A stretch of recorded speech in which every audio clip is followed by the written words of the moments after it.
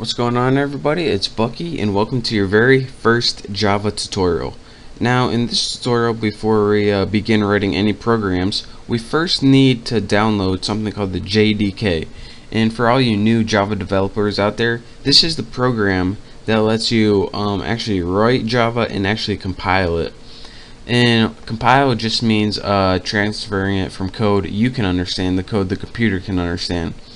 So just follow me, and by the end you'll be able to write Java code. So the first thing I need you to do is go ahead and open up your internet browser right here. And once you have that open, I'm going to use Firefox. Go ahead and go to the website java.sun.com. And this is going to give you Java's main page. What you want to look for is the download link. And this is going to give you a bunch of different Java editions to download. You're going to want to go to the Java SE link, and this stands for Java Standard Edition.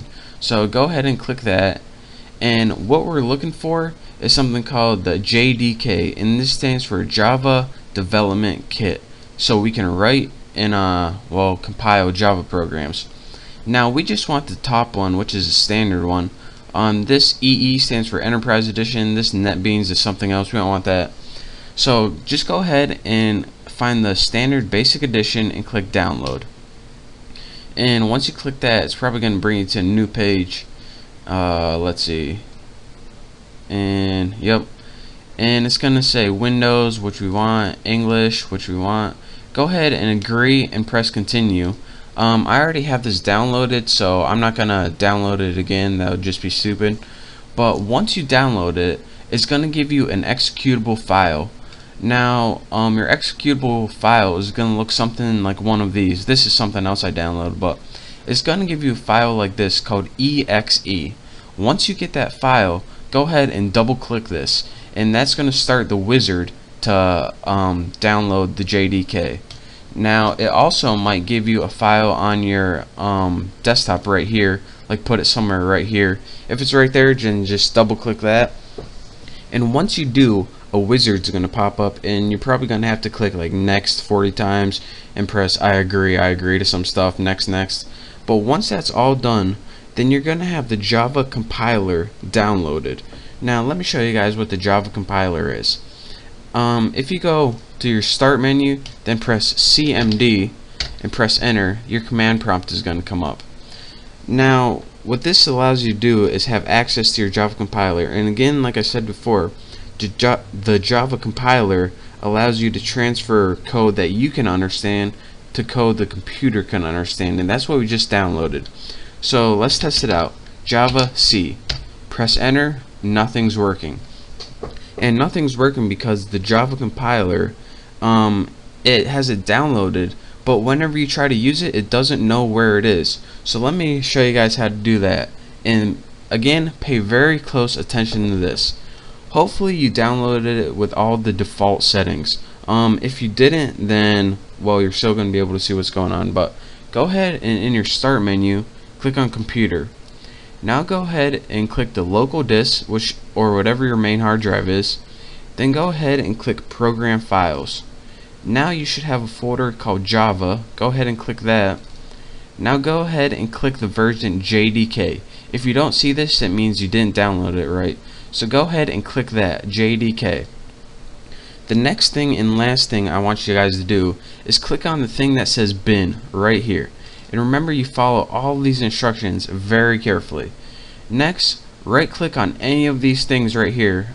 Just click on your topmost one. Remember, right click it and click properties. Now this is where you're gonna tell Java to look for your compiler. So it says location. Go ahead and copy all of location, right click it and copy it. It should say something like C, program files, Java, your version, and say bin, the last thing. Make sure you get that bin. That's very important. If you're not, if you don't see it, then do this tutorial again and do exactly as it say. Anyways, you want to see that bin. So once you have this golden code, that's what we're looking for. Go ahead and X out of that. Now that's where the compiler is. So how do we tell your computer to look there? Well, go ahead to click My Computer again from your start menu and click properties. Remember, you want to right click it and click properties. All of these are very important. Go ahead and click advanced system settings, and probably a little message is going to pop up if my computer is not freezing, and it is. So my computer, properties, advanced system settings, there we go, continue, and you're gonna see something in your system properties called environment variables. Go ahead and click that, and pay attention what I'm gonna do here. What we want to do is create a new user variable, so go ahead and click new. Now the variable name for this, you have to write path, P-A-T-H, and the variable value is going to write where that compiler is. Remember that link with the bin. So that's why it's really important that you get that link. Now go ahead and click OK, and bam, click OK on this, OK, and you now have your compiler set up and ready to run.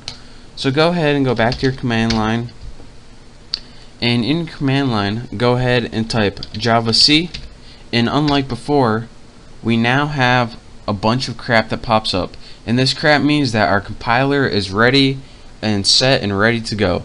So now, with that being said, we know that we are now able to write Java programs. So in the next tutorial, I'll show you guys how to do that, but for now, just follow this tutorial. That's how you install Java on your computer, so you can actually write Java programs. If you didn't follow those instructions exactly like I said, you're not going to be able to write Java programs on your computer. So make sure to follow this tutorial very carefully, do it exactly as I did. I know it's kind of a pain in the butt, but it'll be worth it in the long run. So thank you guys for watching. Make sure you get Java installed. If you have any questions or I wasn't clear on anything, just send me a message or leave a comment, and hopefully I'll get back to you. So again, thank you guys for watching. Hopefully you have Java installed, and in the next tutorial I'll show you guys how to write our first Java program. So thank you, don't forget to subscribe to my channel, and I'll see you in the next tutorial.